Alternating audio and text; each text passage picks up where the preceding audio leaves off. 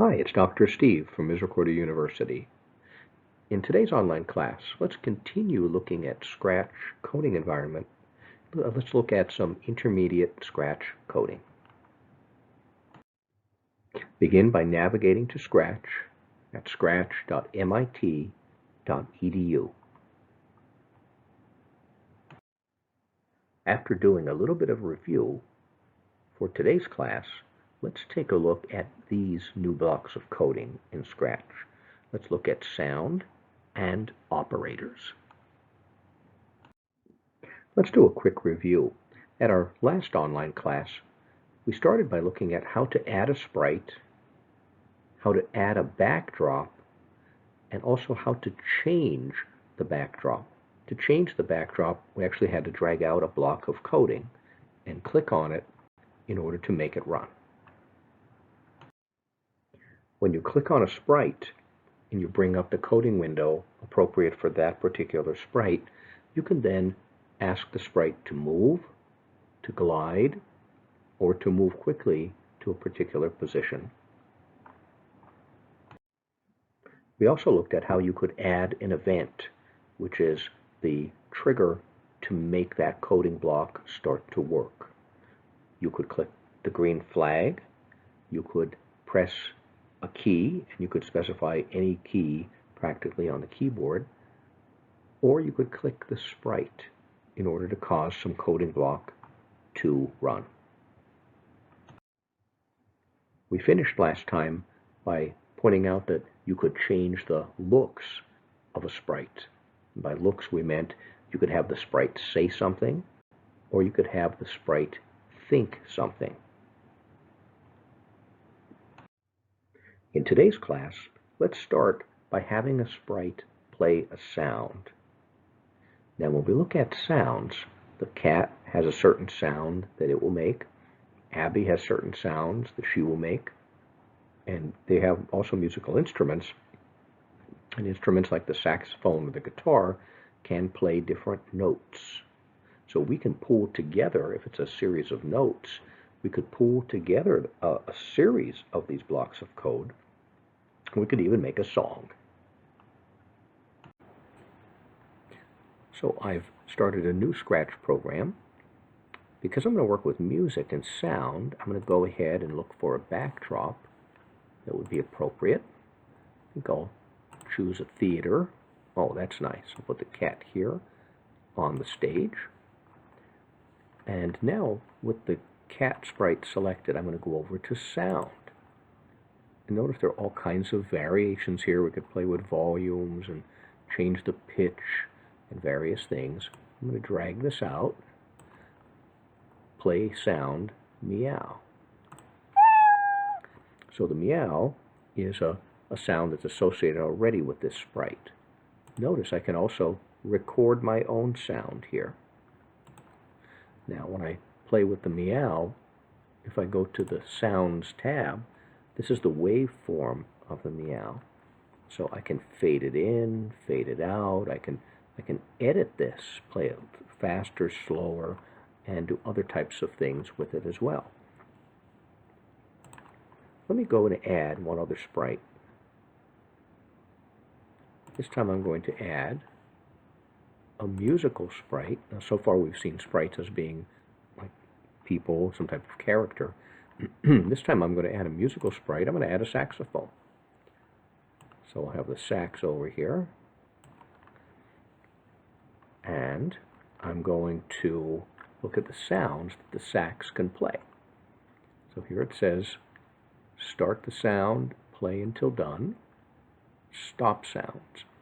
So I'm going to start this one, play until done. And when I look at it, if you're a musical person, you realize you have a whole musical scale available. I'm going to go and take that one out again. And I'm going to now change that to an E. You all know I'm a musician. So I'm going to drag the next one out, F, and I'm going to drag one more, and this time I'm going to have C, E, F, G. Let me go and add an event to this. And I'm going to say, this is when I click a particular key, and this is when the saints go marching in. So I'm going to say when the letter S is selected. This will now be played. So let's hear it. There we go. Now notice I said play the sound until the sound is done. Let me go up and let's try something a little different. Let me say play a sound. So just start the sound. So I'm going to start off with a C. And I'm going to say start sound. E. I'm going to do one more. As a musician, I love playing with these things. I'm going to do C, E, G. Now, if you're a musical person, you'll recognize that as a chord if we get all of these notes to play together. So I'm going to now choose an event, and I'm going to say when a certain key is pressed, and I'm going to play a chord. So I'm going to press the C key. So let's give it a try. Oh, how different that is. Notice all three sounds are playing at the same time. If I play the S for saints, each sound plays until it is done. So have fun playing with sounds, and there are a lot of variations that are available here too. Now let's add a coding element. This coding element is called looping, and a loop simply means that you can have code repeat under specific conditions. If you notice, in this block of coding, I'm saying when the A key is pressed, so we've done that before, glide, okay, that's a coding we've done before. Notice now we have incorporated this forever loop. And it simply means when the A key is pressed, just keep doing this same thing forever and ever and ever until, in this case, till the program is stopped. And in the second block of coding, I'm saying when the B key is pressed, have the cat play the sound meow. Okay, we've done all that before. But now I've incorporated in this loop, and it says repeat by so many times. Now, if you notice the word forever, that'll happen forever until the program stops. It's much more practical in most cases to have some parameter put on the loop, like repeat so many times, because there'll be a definite start place, that's this event, the B key being pressed. There'll be a definite ending place too, and that's after this is repeated 4 times. Let's see what this looks like in Scratch. Many sprites have different actions that they can perform. They've got a sequence of actions or different poses, and these are also known as costumes. So what we can do is we can use a loop to cycle through these different movements. So in this block of coding, you can see that I said start the sound, and the sound that is associated with this character, Anina, is called Dance Magic, and that's music. So I'm going to say start the sound, and then I'm going to say next costume,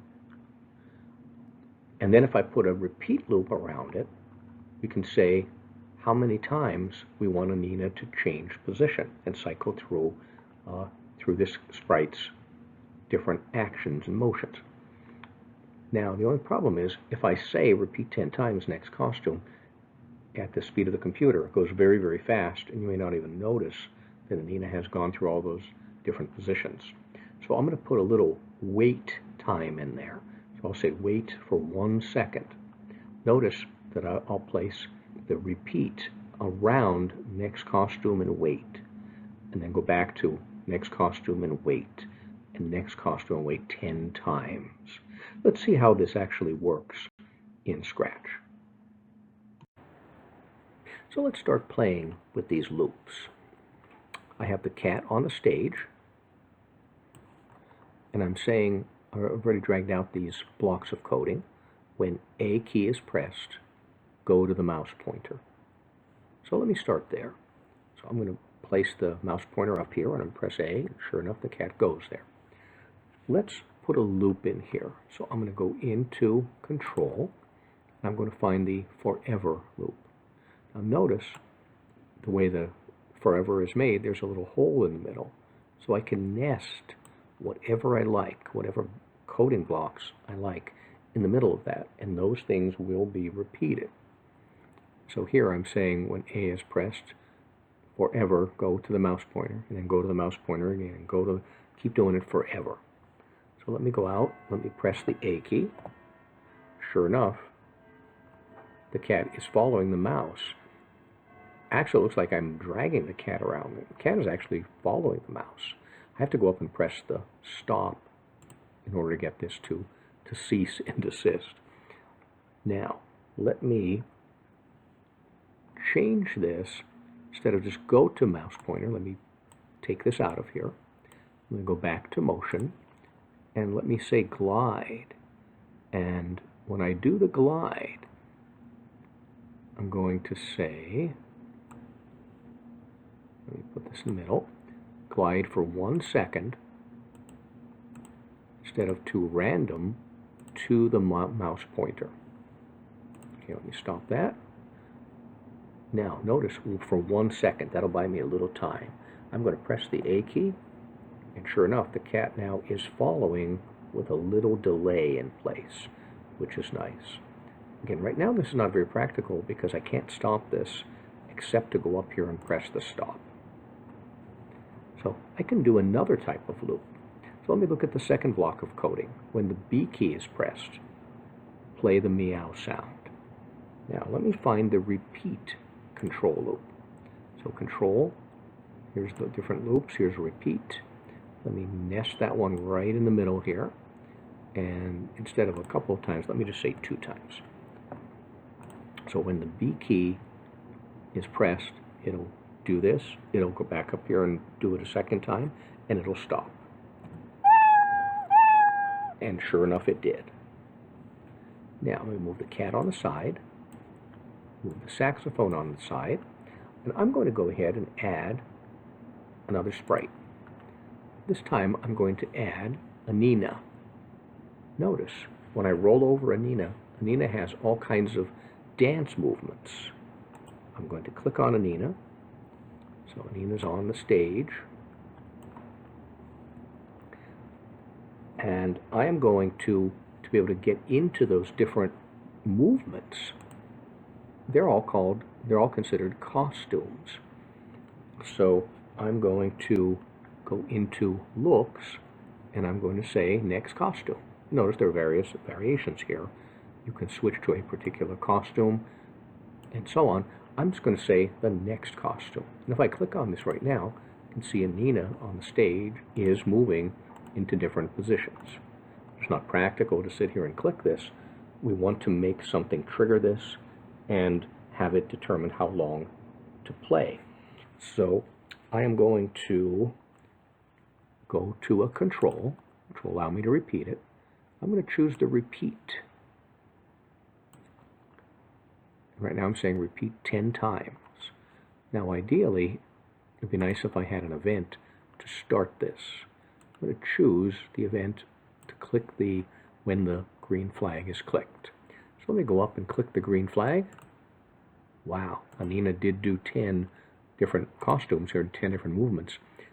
But Nina's a very fast dancer. So at this point, I really need to put in a wait. So I'm going to go back to the control, and here it says wait for how many seconds. And I'm going to nest this in. I'm going to nest it underneath the next costume. So if I follow the logic here, user will click the green flag. It says repeat 10 times. Next costume, and wait a second. Go back up here, second time, next costume, and then wait a second. So let me go over here to the green flag by the stage, and let's see it happen. Now I could speed Nina up if I wanted by doing half a second. I could slow Nina down by doing 2 seconds, and so on. And if I don't want to wait the whole 10 times, I would simply press the stop earlier. Now let me do one more thing, because we were looking at different sounds. Let me go up to sound, and I find that Anina's sound is Dance Magic. But again, I can choose another sound, and I can also record something if I wanted to. So I'm going to take Nina's first sound, Dance Magic, and I'm going to put this not in the loop, but rather the song will start playing, and notice it says play the sound until it's done. So the sound will start playing. I don't need to repeat that 10 times. So I put it before the loop ever starts. Let me go up to the full screen, and let's watch Anina dance.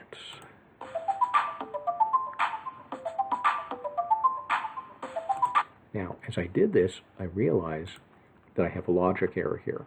I should play the sound, but remember in our last example, one of our previous examples, I said play sound until done, or just play the sound. So I realize I can't play this one because it's waiting for it to be totally done. So let me pull this off. Notice I'll have to take the one underneath in order to strip this one away. So let me say start the sound. And now let's watch Anina do this.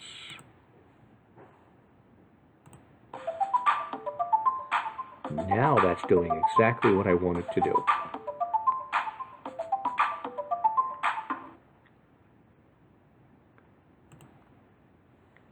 And I'll move back to the main editing screen. And I hope you enjoyed the little dance party that Anina had for us. And I'll do one more thing, because we also have Dance Celebrate. So let's try that one.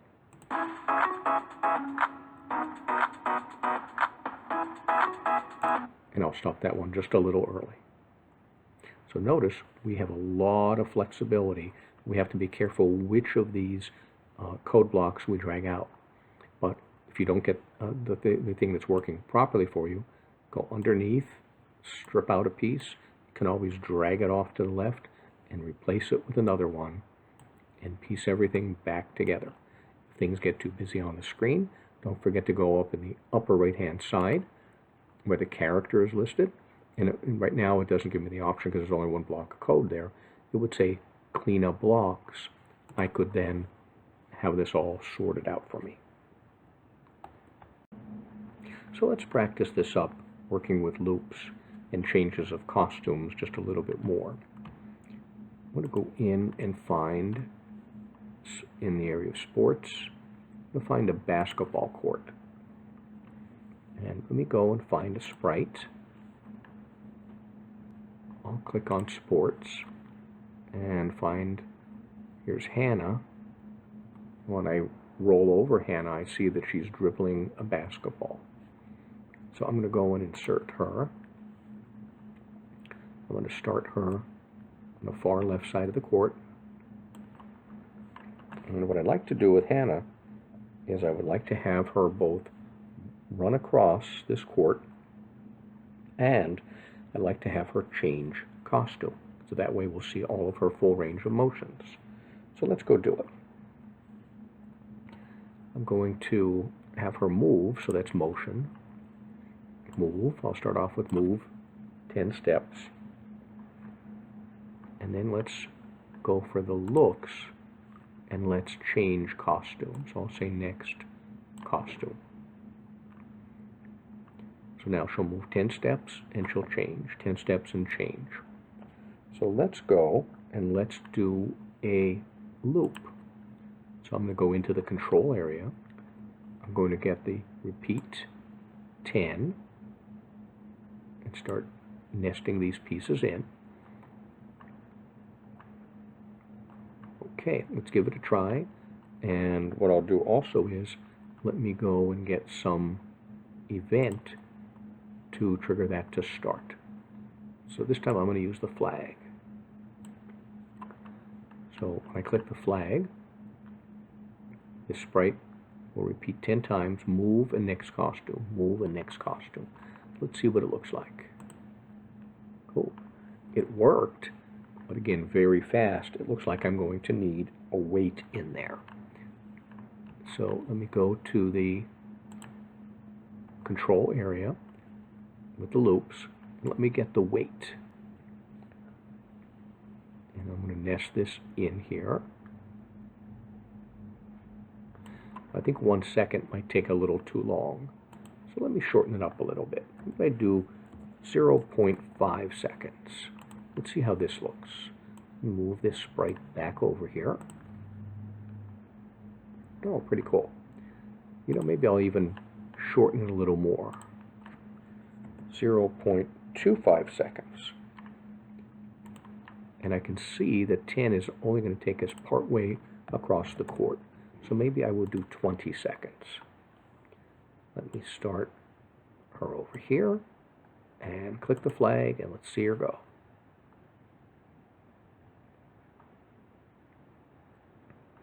And as you can see, through trial and error, I might have to go, if I want to get her right across that court, I might have to do 30 to make it happen. So let me pull her back over. And for dramatic effect, let me go to full screen and click the green flag. And there she goes. So notice how we come in with a plan, and then we do a little trial and error with the timing to make sure that everything works out just right. So realize when you're looking at different sprites, that if we look at music, you saw that there were, notice that even with the musical instruments, there are different looks that happen. So you can incorporate those looks. When we look at sports, look at the batters, look at the trampoline would be interesting. Here's a goalie. Look at the basketball player. So there are a lot of different, the picture is really animated. So by using loops in the way that we've been looking, we can really animate characters and make a whole story over here. As you're working, don't forget to go to File, Save to Computer to immediately download a copy of the coding that you just created. And I suggest don't wait until you're completely done. What happens if the power goes out or some failure occurs? You can save. You can always load it back in again and continue where you left off.